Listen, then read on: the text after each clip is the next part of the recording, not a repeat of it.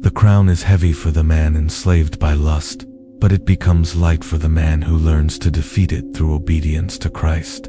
To be a man of God in this world is to live in constant war against a culture that glorifies sin and mocks purity. You are not merely resisting impulses. You are confronting an entire system that feeds lust, rewards indulgence, and ridicules discipline, and that is no small task. Most Christian men today have been conditioned to believe victory over lust comes only from willpower. They count days, they repeat phrases, but their minds remain chained. They say they want purity, yet in secret, they still feed the very enemy that destroys their strength. You were not given life by your Creator to waste it serving lust. You are not called to carnal perfection, but to spiritual obedience. Temptation will appear, thoughts will rise, but hear this. The problem is not the bird that flies over your head, but the nest you allow it to build in your mind. When you give lust space, it grows roots, it dominates your soul, and it destroys your peace. Hell is not interested in men already defeated. It rises against the men who choose to fight.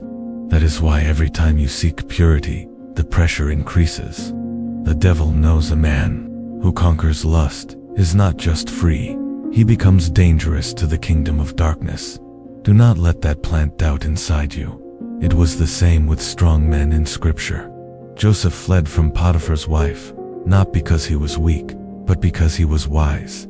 He knew real strength is not in flirting with sin, but in fleeing from it. Look within.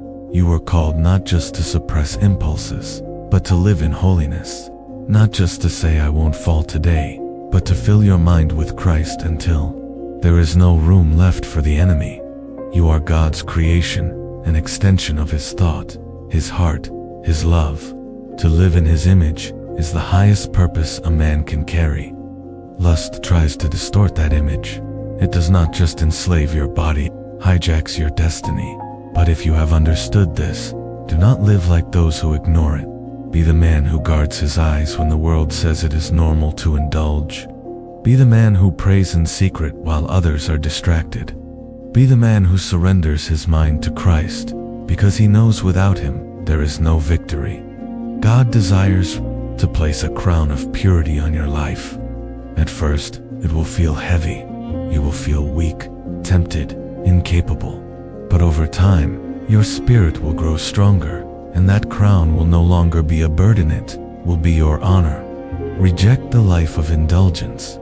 Let discipline kill lust inside you.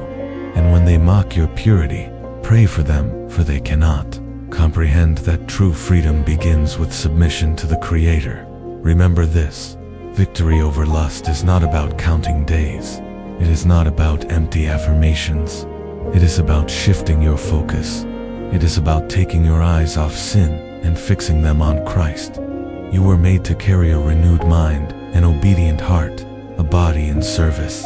Time is slipping away, and what should terrify you is not temptation itself, but wasting the years God has given you as a slave to a sin already crushed at the cross. Never forget, surrender to Christ is not weakness. It is the only weapon strong enough to kill lust at its root.